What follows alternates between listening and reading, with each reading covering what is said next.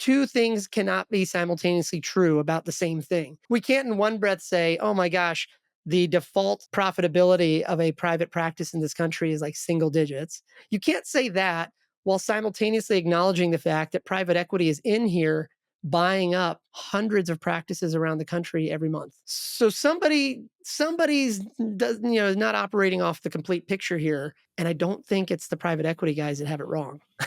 Yeah, no, Like, it's you, true. you Well, know, and the reality is uh, it makes you think too, like if those groups are in there, like they're not looking for single digit returns. And there's something they know about the industry that maybe because the practice owners are in a place where it's like, man, decreasing margins, stress, whatever, like you're just not making good business decisions. It's like trying to be, I remember this when I first started consulting independently, like the worst deals I put together, the worst terms, the worst clients, the lowest margin work was like when I was starving, I needed to make a deal or yeah, else, yeah, things yeah, were not going to happen. Many practice owners, I think, find themselves in that situation where they feel like, whether or not they do, they feel like the margins are thin and they're in this survival mode. And that means they take on, payer contracts they shouldn't take on. They don't adjust their schedule to accommodate payer mix. They don't, whatever it is, they feel like they need to treat more in the clinic to make up for it. They just make bad business decisions as a result. And I've done this too. Like, crap, I got to go out and I got to, drum up business or whatever it is, whatever the decision is. Like it's a poor strategic business decision, but because you feel like you're in survival mode, it's the only logical decision you see, right? yeah, Um, yeah, and the yeah, private equity firms are looking at PT salivating a little bit because they know that they've got an entire pool of assets where the people that own the assets feel like they feel like their top line value is like a fraction of what the PE firms know the value can be, right? yeah, yeah. It's if I haven't lost any listeners yet, probably I'll keep trying. We'll see.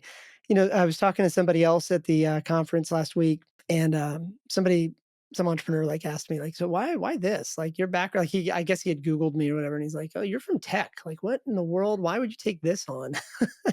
And I was like, you want the corporate answer or the real answer? And he's like, well, okay, what's the real answer? I was like, money.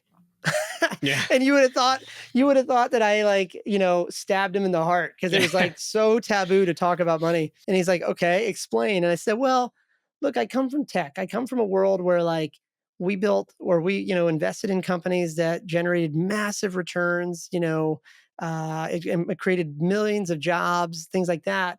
And, when I finally realized that the healthcare industry is 5x larger than the largest market cap in my other portfolio, like how could I not? And so it's like, I know this is like kind of hand wavy, but this is what I said to him. I was like, look, high level healthcare spending makes up 20% of our GDP. 10% of that number is like broadly MSK, and then you get further and further narrow into like PT versus OT, outpatient versus inpatient, whatever. Like, yeah, we can whittle it down further and further, but still those subcategories are bigger than most other industries, right? It's like I can't remember who said it, but he said it really well. He said something like, "This is not a $4 trillion industry." He said, "This is $1,000 billion or $4,000 billion industries or something like that." And I think that's what the private equity investors see Yeah. is that Like you like don't need to dominate healthcare, but a little sliver of that is huge. bingo.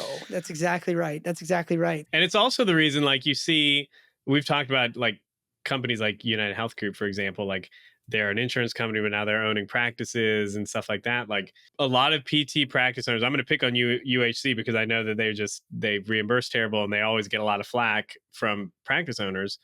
Um, if given the opportunity, and I will tell you straight up, this is the truth for me in my portfolio. Like, if given the opportunity, I'm investing in United Health Group, right? Because it's such a big payout, and strategically they've got you know they've got an advantage in the market. They're performing well. Yes, they might be. The way they reimburse physical therapy in one sliver is terrible, and they're predatory and all of that.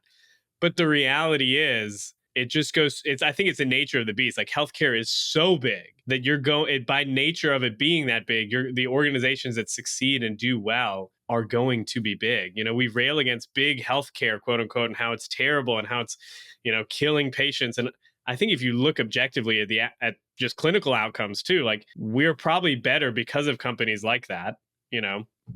Yep. Um, Yep. Yep. it's Yep. so there's just, you can't have it both ways, right? Like you can't have this great opportunity and this plethora of potential upside returns and not have those big companies come in. So you almost need to look at like how do I position my business to succeed within that environment? Because it is hard for small practices. You're going to get squeezed by big healthcare systems and companies that are getting bought by Optum Physical Health and stuff like that. But I would almost say that's a feature of the TAM, not so much a bug of it. If you'd like to learn more about Strata PT and see how our EMR and RCM works, head over to stratapt.com to book a demo.